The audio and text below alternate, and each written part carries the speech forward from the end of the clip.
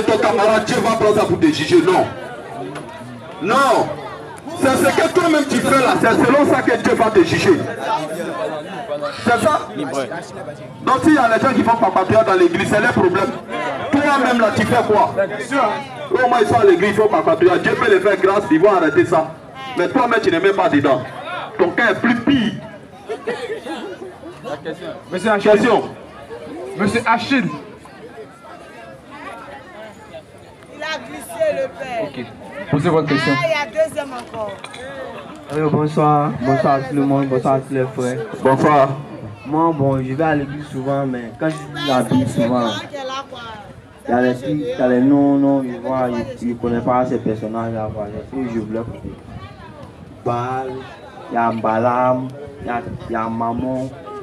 Voilà, ces trois personnages-là. Avec, bon, et c'est vrai, il y a une chose que j'ai vue la dernière fois encore, ils m'ont parlé de la viande déchiquetée.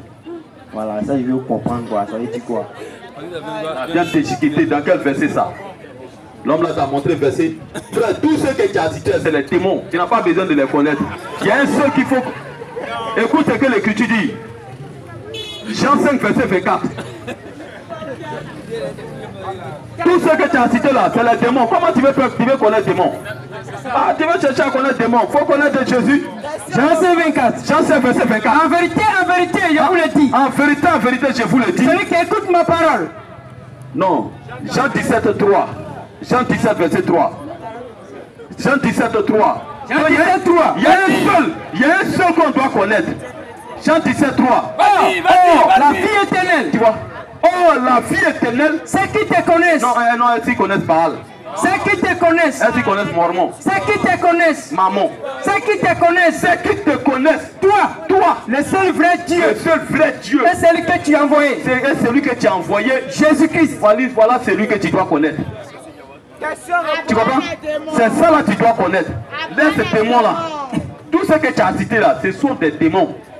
C'est lui là que tu dois connaître. Si tu as connu celui-là, tu es sauvé. Tu as la vie éternelle. Tu comprends peu? Tu comprends? Est-ce que lui là tu le connais? Oui. Tu vas dans quelle église? Quoi? Donnez le micro. À l'église, non? Pas à l'église CMCI à moi là-bas.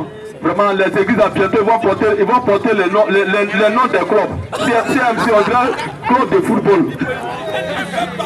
C'est grave ça. En fait, frère, CMC là, est-ce que dans la Bible qui était CMCI? Qui était de cette église? Matthieu 16 à verset 18. Vraiment, frère, remarquez quelque chose. Il y a plusieurs églises sur la terre. Jésus revient bientôt. Il vient prendre quelle église? S'il prend catholique, tu es perdu. S'il prend les assemblées de Dieu, tu es perdu. Même dans ta famille là, il y a les gens qui ne sont pas dans la même église que toi. Bon, et vous tous, Jésus vient pour qui?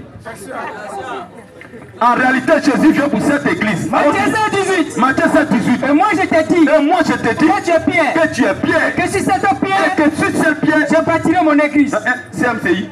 Mon église. Non, CMCI. Je bâtirai mon église. Catholique. Je bâtirai mon église. Assemblée de Dieu. Mon église. Christianisme céleste. Mon église. Baptiste. Mon église. Témoin des chauffeurs. Mon église. Jésus dit, je bâtirai mon église. Et que le point du séjour des morts. Et c'est à cette église, il fait une promesse à cette église. Ne prévendons point contre elle. Cette église ne peut pas aller à l'enfer. Tu comprends? Donc en réalité, si un être humain, si cette terre des hommes veut désirer aller un jour au ciel, il doit forcément se retrouver dans cette église. Tu comprends? Il doit forcément se retrouver dans cette église. Et Jésus dit, je bâtirai mon église. Adjectif possessif. Mon église. Donc logiquement, l'église doit porter le nom de Jésus-Christ. Et quand on vient dans les livres des Actes 11 à partir de verset 26 que les frères vont lire, on va voir les premiers chrétiens. Est-ce qu'on les appelait catholiques? CMCI. Acte 1, 26. Acte 11, verset 26. Et l'ayant trouvé, il l'amena à Antioche. Pendant toute une année. Il s'est réuni aux assemblées de l'église. Et ils enseignaient beaucoup de personnes. C'est fait à Antioche. Que pour la première fois, les disciples furent appelés chrétiens. Non, c'est pas CMCI qui est là. Les disciples furent appelés chrétiens. Non, c'est pas mormon qui est là. Les disciples furent appelés chrétiens. C'est pas témoin de Jéhovah. Les disciples furent appelés chrétiens. Donc si moi aujourd'hui, on me demande tu es de quelle église, je dis ici de l'église du Seigneur Jésus-Christ. Je suis chrétien. C'est fini, ça s'arrête là. Donc les disciples étaient appelés chrétiens. Maintenant les églises, je vais te raconter un peu l'histoire de l'église. Et ça va aider beaucoup de personnes ici. Plusieurs personnes disent que la première église c'est l'église catholique. Oh, l'église catholique n'est pas la première église. Jamais. La première église, c'est cette église que Jésus a dit, tu es bien et sur cette pierre, je bâtirai mon église. Cette église est à 8 jours, en l'an 33 de notre ère, à Jérusalem, à la Pentecôte. Lorsque le Saint-Esprit est descendu, c'est là que l'église de Jésus-Christ est née. Oh, les disciples, lorsqu'ils prêchaient, ils prêchaient que l'homme que vous avez crucifié, c'est Dieu manifesté en chair que vous avez crucifié. Donc les Romains, remarquez, au temps de Jésus, les Pilates, Hérode là, c'était les Romains. À ce temps-là, c'était les Romains là qui les colonisaient là-bas. C'est eux qui étaient les patrons à Jérusalem, en Israël là-bas. Donc c'est eux, c'est les Romains là, c'est-à-dire les Juifs là. Et ils ont vendu Jésus. Ils ont livré Jésus et Jésus a été tué par les Romains. Oh, les Romains, c'est eux après la mort de tous les disciples à partir de l'an 312. L'an 312, l'église catholique est née. Après la mort de tous les disciples.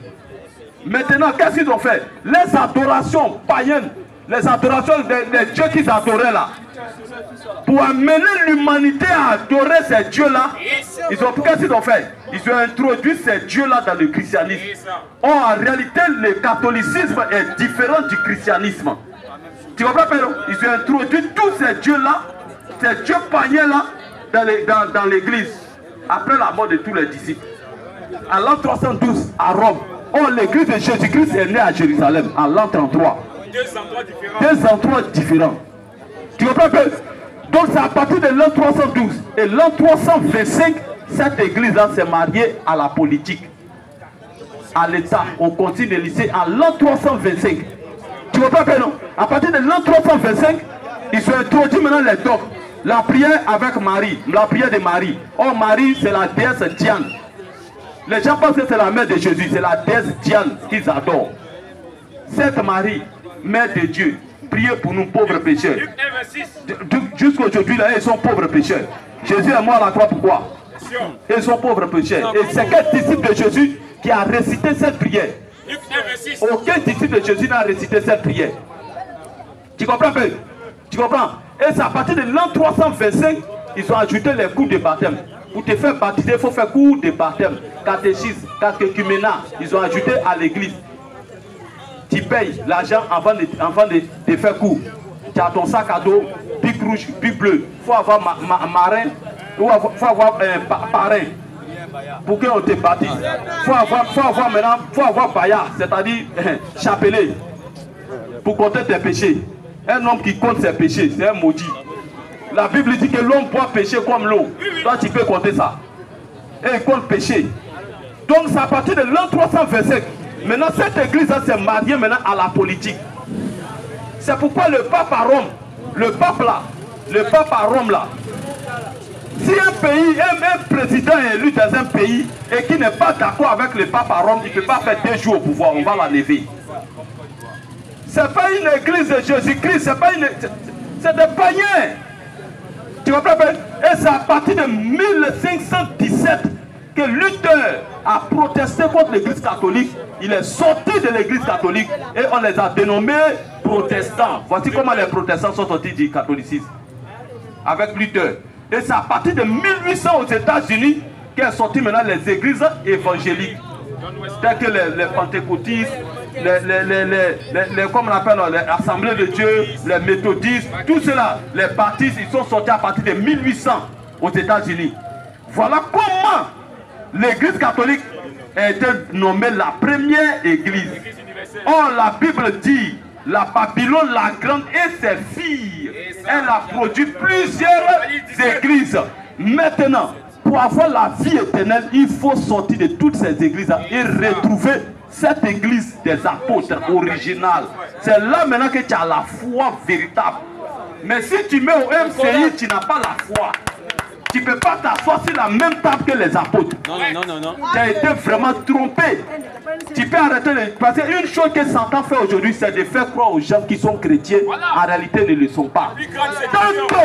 Tant que tu n'as pas encore retrouvé la foi des apôtres, tu n'es pas encore chrétien. Si tu es au MCI là-bas, tu n'es pas chrétien. Tu es aux assemblées de Dieu, tu n'es pas chrétien. Tu es au christianisme, tu n'es pas chrétien. Tu es chez les mormons, tu n'es pas chrétien. Mais dès que Dieu te refait la véritable église, c'est là que tu es chrétien. C'est là maintenant que tu es chrétien. Sinon, si tu es là-bas, si tu veux là, faut pas chercher femme, faut pas fumer, faut pas boire. Mais les gens pensent que Satan c'est un fumeur. Satan fume pas, hein? Et puis Satan c'est pas un peu quand il est descendu dans le jardin d'Éden, il a regardé Adam faire ce Dieu, il a regardé Ève, elle avait bon tassaba. Il est allé là-bas. C'est-à-dire Satan me refuse d'être pédé. Tous ceux qui sont pédés, vous êtes plus pire que Satan. Tous les oubis, ils sont trop maudits. Satan, mais quand il les regarde, il est étonné. Un homme que Satan les regarde, Satan est étonné. C'est qu'il est grave. Il est grave. Tu comprends pas? Tu comprends? Vas-y. Tu comprends? Donc pour avoir la vie éternelle, il faut retrouver la foi apostolique. C'est que les apôtres ont prêché. Est-ce qu'au temps des apôtres étaient un MCI? Si c'est le MCI que toi tu es là-bas, tu mets là-bas ton enfer, tu es étonné. Il y a des gens quand ils arrivent à l'enfer, ils disent hey, mais j'étais chrétien non? Mais pourquoi tu me retrouves en enfer? Tu étais quel chrétien? Tu n'étais pas chrétien.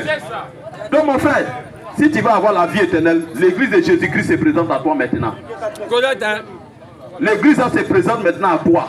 Si tu veux comprendre tous les mystères de la Bible, comment la destruction de ce monde va se passer, il y a un peuple que Dieu prépare dans les secrets pour l'enlèvement. Le mystère de la grande Babylone, quel est le plan de la rédemption que Dieu a tracé pour l'humanité?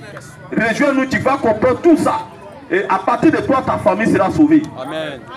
Shalom frère. Rejoins-nous. Maintenant, tu peux ton partir au nom de Jésus-Christ, il ne faut pas hésiter. On prend la prochaine question.